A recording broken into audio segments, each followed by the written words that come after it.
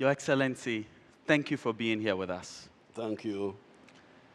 The first question I have for you, I've always wondered, what's the story behind the hat? I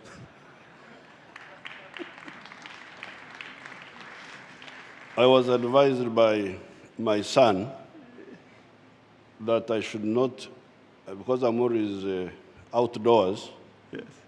I should not go outdoors without a hat in the tropics. Yes.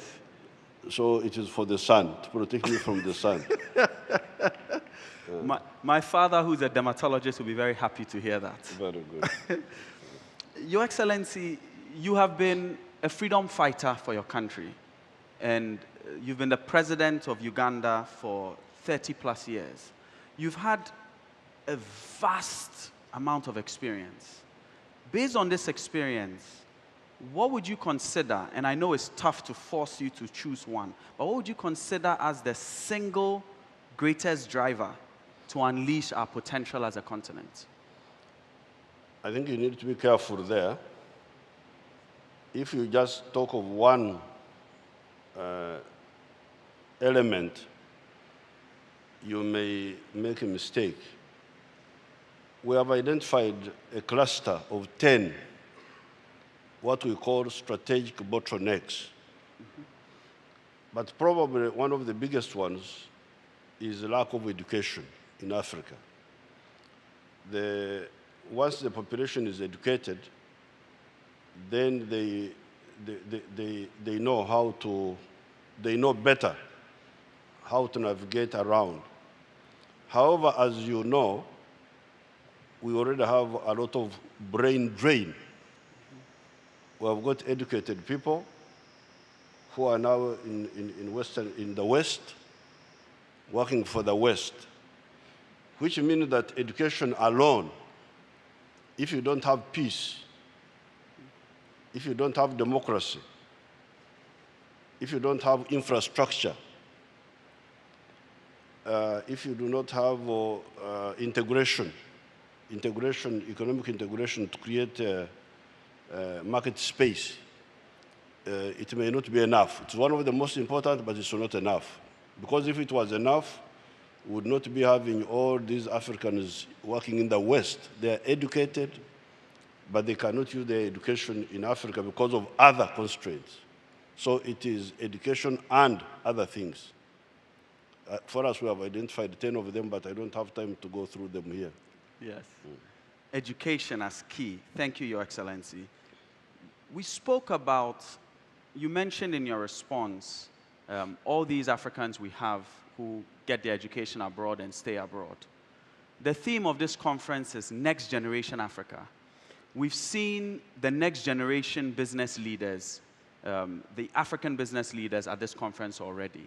And we're starting to see around the world the growth of next generation leadership. We're seeing some of that in France, in Canada, in New Zealand. How do we prepare for next generation leadership on the continent? And what's your advice for young Ugandans and young Africans who want to serve their countries? It is to address all these bottlenecks which I mentioned. Number one, ideology. Because if you don't solve the issue of ideology, for instance, if you do not deal with the issue of identity versus interests, because when you hear of wars in Africa, many of them are from identity. I am this tribe, I am that tribe, I am this religion, I am that religion. So you get conflict based on identity. But for us, we say, no, identity is important, but interests are also important. The one who buys your product, the one who supports you in your, supports your prosperity, is very important for you, not only the one who is like you. So we need to handle all these. We are handling. We are not talking in the future, but we are handling all of them, including market integration, democracy, security.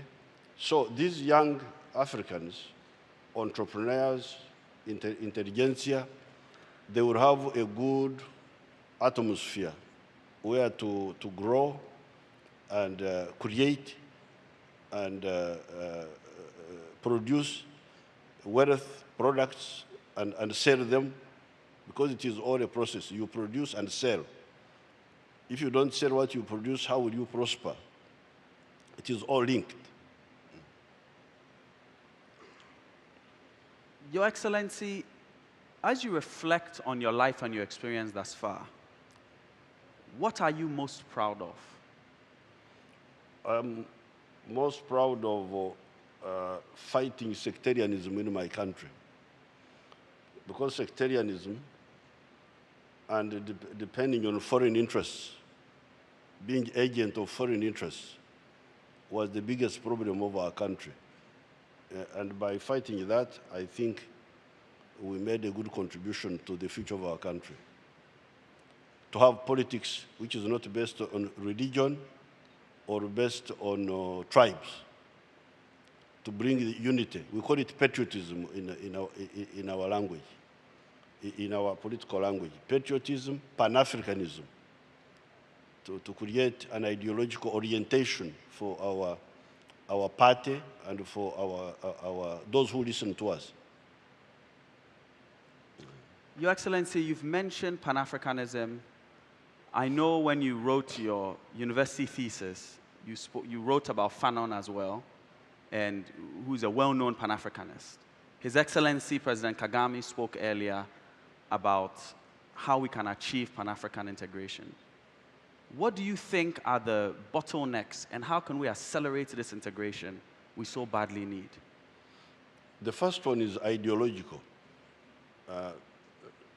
There have been people who did not understand that the 53, 54 African countries cannot be prosperous if they do not integrate economically and, where possible, politically also. But that one, we are gradually getting there, because in 1980, our leaders met in Lagos.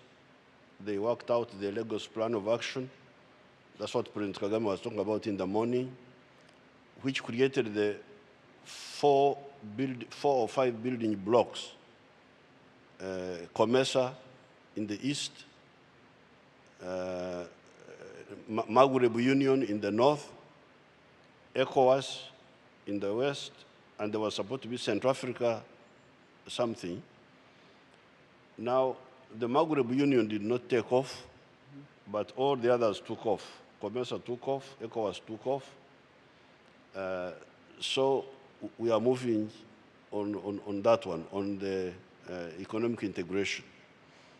But in some of the areas like East Africa, we even talk about political integration. We look forward to one day maybe having a federation of East Africa, so that we do not only have economic integration, but also political integration, because the two types of integration solve different problems. Economic integration creates one economic space. Political integration also deals with other issues, including security, building a stronger army, and so on. Thank you, Your Excellency. And final question for you, Your Excellency, is you mentioned to me earlier that you're a proud grandfather of 15 grandchildren. Yes. What type of Africa do you want to leave as a legacy for your grandchildren? An Africa with one common market, so that the 1.23 billion people who are there now are in one market. They can sell products from one end of the continent to the other end. In 30 years, there will be 2.5 billion. So it is a very big stimulus for production. But secondly, if some of the regions, like for instance East Africa, could form bigger political unions, so that we were able to defend ourselves in the world of giants, You are dealing with China, with the United States, with Russia, with India. Now Uganda will not be, I wouldn't want to have Uganda alone facing these giants. I would like to maybe East Africa and maybe some other group in West Africa. So economic, political integration, in addition to the other issues like education and so on. Right. Thank you. So Your Excellency has outlined a number of very important themes that we need to achieve on the continent to realize the promise of integration. Education, ideology, ensuring that we work on economic and political integration at a regional level, and then consolidating that to the continent-wide level, and making sure that we work on creating an open, unified market so that your grandchildren will be able to see a more unified and prosperous Africa. Yes, but you need infrastructure to power that. To link that. Yes. Thank you very much, Your Excellency. Thank you very much. Thank you.